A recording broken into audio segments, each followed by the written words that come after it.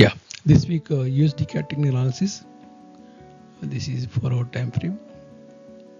Oh, can remove this one. Suppose if I take Fibonacci from year to year, suppose it's coming exactly 0.71%, 71%.